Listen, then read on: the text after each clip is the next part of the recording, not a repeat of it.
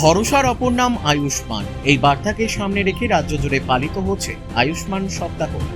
8 থেকে 14 আগস্ট পর্যন্ত পশ্চিমবঙ্গ সরকারের স্বাস্থ্য ও পরিবার কল্যাণ দপ্তরের উদ্যোগে বিভিন্ন জেলায় স্বাস্থ্য সচেতনতামূলক নানা কর্মসূচির আয়োজন করা হয়েছে।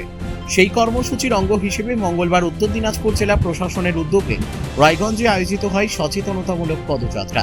পদযাত্রায় অংশ নেন জেলা প্রশাসনের বিভিন্ন দপ্তরের আধিকারিক, স্বাস্থ্য দপ্তরের কর্মী সহ বিভিন্ন স্তরের মানুষ। স্বাস্থ্য পরিষেবা সম্পর্কে সাধারণ মানুষকে সচেতন করা, আয়ুষ্মান প্রকল্পের বিভিন্ন সুবিধা সম্পর্কে মানুষকে অবগত করা এবং সুস্থ জীবনযাপনের বার্তা পৌঁছে যাওয়াই এই পদযাত্রার মূল লক্ষ্য বলে প্রশাসনের পক্ষ থেকে জানানো হয়।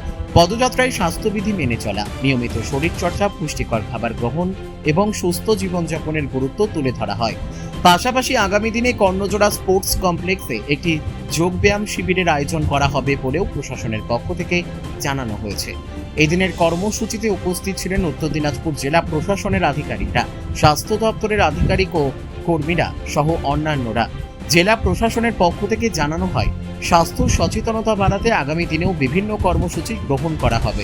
সারা ইন্ডিয়া এখন রিলায়েন্সের ডিস্কো উদযাপন করছে।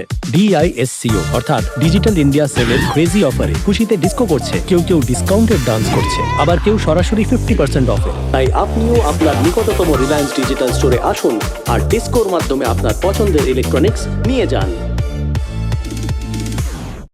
রায়গঞ্জ থেকে রামকৃষ্ণ দাসের রিপোর্ট, কুলিক নিউজ।